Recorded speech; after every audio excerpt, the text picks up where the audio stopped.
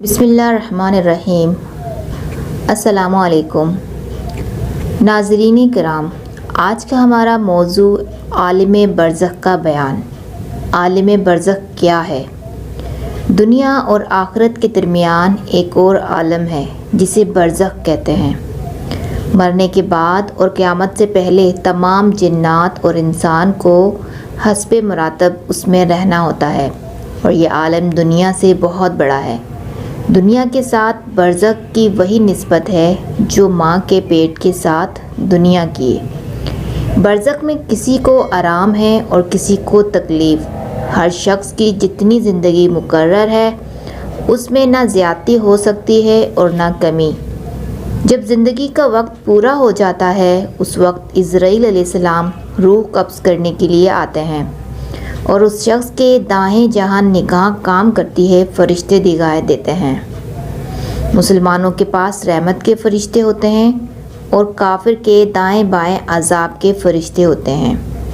اس وقت ہر شخص پر اسلام کی حقانیت آفتاب سے زیادہ روشن ہو جاتی ہے، مگر اس وقت کا ایمان لانا کسی کام کا نہیں، اس لیے کہ حکم ایمان بالغیب ہے، اور اب غیب نہ رہا بلکہ یہ چیزیں مشاہدہ ہو گئیں، یعنی ظاہر ہو گئیں۔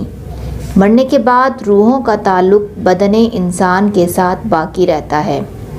اگرچہ روح بدن سے جدا ہو گئی مگر بدن پر جو گزرے گی اس سے روح ضرور متاثر ہوگی، جس طرح دنیا میں ہوتی تھی بلکہ اس سے بھی زیادہ۔ دنیا میں ٹھنڈا پانی، سرد ہوا، نرم فرش، لذیذ کھانا، سب باتیں جسم میں وارد ہوتی ہیں، مگر راحت اور لذت روح کو پہنچتی ہے، اور ان کے برعکس بھی جسم ہی پر وارد ہوتے ہیں، اور الفت اور اذیت روح پاتی ہے۔ اور روح کے لیے اپنے خاص رحمت و علم کے الگ اسباب ہیں جن سے سرور یا غم پیدا ہوتا ہے۔ یہ سب حالتیں برزخ میں ہیں۔ مرنے کے بعد مسلمان کی روح حسب مرتبہ مختلف مقاموں میں رہتی ہے، بعض کی قبر میں، بعض کی زمزم شریف میں، بعض کی آسمان و زمین کے درمیان، بعض کی پہلے دوسرے ساتویں آسمان تک، اور بعض کی آسمانوں سے بھی بلند، اور بعض کی روحیں زیر عرش قندیلوں اور بعض کی اعلیٰ علین میں ہے۔ اپنے جسموں سے ان کا تعلق بدستور قائم رہتا ہے۔ جو کوئی قبر پر آئے اسے دیکھتے، پہچانتے اور اس کی بات سنتے ہیں، بلکہ روح کا دیکھنا قرب قبر سے ہی مخصوص نہیں۔ کہتے ہیں کہ اس کی مثال ایسی ہے کہ ایک پنچھی پنجرے میں قید تھا اور اس کو آزاد کر دیا گیا۔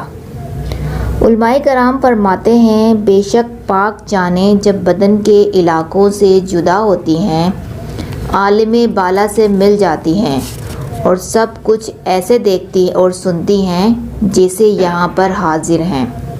کافروں کی خبیث روحیں بعض ان کے مرگھٹ یا قبر پر رہتی ہیں، بعض کی چاہے برہوت میں، یہ یمن میں ایک نالہ ہے وہاں پر رہتی ہیں، بعض کی پہلی دوسری ساتویں زمین تک، بعض اس کے بھی نیچے سجیل میں رہتی ہیں۔